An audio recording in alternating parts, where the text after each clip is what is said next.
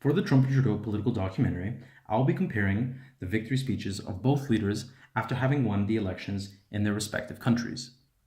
The criteria for comparing Trump and Trudeau will be their speaker-audience interactions, the use of hand gestures, their facial micro-expressions, as well as their charisma and voice tonality. In Peter Bull's 2016 Speaker-Audience Interactions paper, he notes that there are two types of methods with which you can signal for the audience to clap, or which it is appropriate for the audience to clap. First being that it's implicit, and the second being that it's explicit.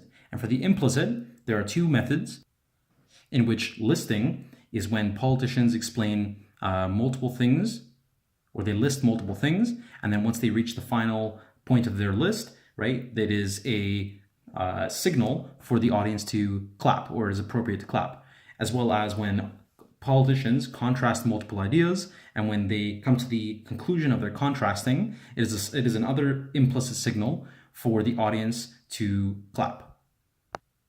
The explicit means, in order to engage the audience to clap, are the headline punchline method, in which a politician will propose to announce something and then will proceed to announce it, and afterwards it signals to the audience to clap or applause.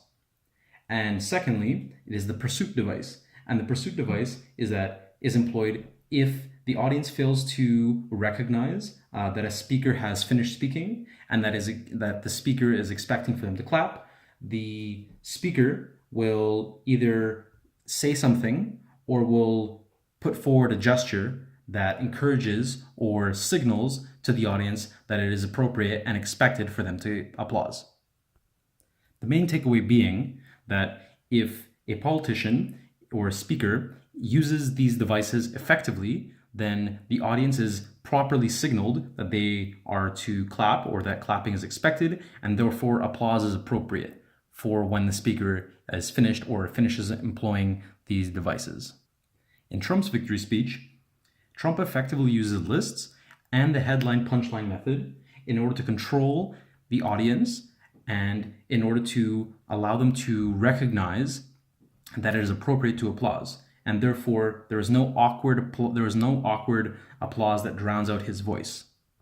Furthermore, Trump does not use the pursuit device because he wields in a proficient ability at controlling when the audience should applause and when they should not. Meanwhile, in Trudeau's speech, Trudeau awkwardly uses lists and contrasts and does not send clear implicit signals for the audience to recognize. Consequently, Trudeau was forced to use the pursuit device as an explicit means of signaling to the audience that it is appropriate to clap. As a result, Trudeau is constantly interrupted by the audience that is unable to determine whether they should applaud or whether they should remain silent. Next, moving on, in Peter Bull's 1986 paper on hand gestures, he notes that hand gestures indicate A, that they complement vocal emphasis of a political message, or B, that they signal that applause is expected from the audience. In Trump's speech, he uses hand gestures very frequently to complement his vocal emphasis of a given political message that he finds to be important, and he also uses it to control applause.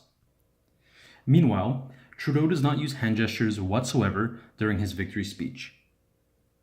Moving on to facial microexpressions, in Stewart et al.'s 2009 paper, the authors note that facial microexpressions last less than 1 second from the beginning to the end of the expression, and they represent the true emotional state of the speaker. Now, the main differences is that Trump does not smile, he has very few facial movements, and he's very inconsistent with his microexpressions, in the sense that every now and then he makes a different facial expression, meaning that whatever he is saying is not with what he's actually thinking or what he's believing, which is something fairly common to most politicians. While Trudeau, on the other hand, smiles quite often, has quite excessive cheek and eyebrow movement, and is consistent in his microexpressions, meaning that his ideas and his thoughts are very similar to what he's actually expressing to the audience. And finally, Neighbor et al.'s 2016 paper on charisma and voice tonality explains that charisma is a combination of fluency, so the speed of your speech, your voice tonality, as well as the volume and loudness of your speech. And the critical factor being that charisma is a variety of all three of the elements listed before. And as such, Trump is monotone, rarely increases the loudness of his voice, and rarely increases the speed at which he speaks.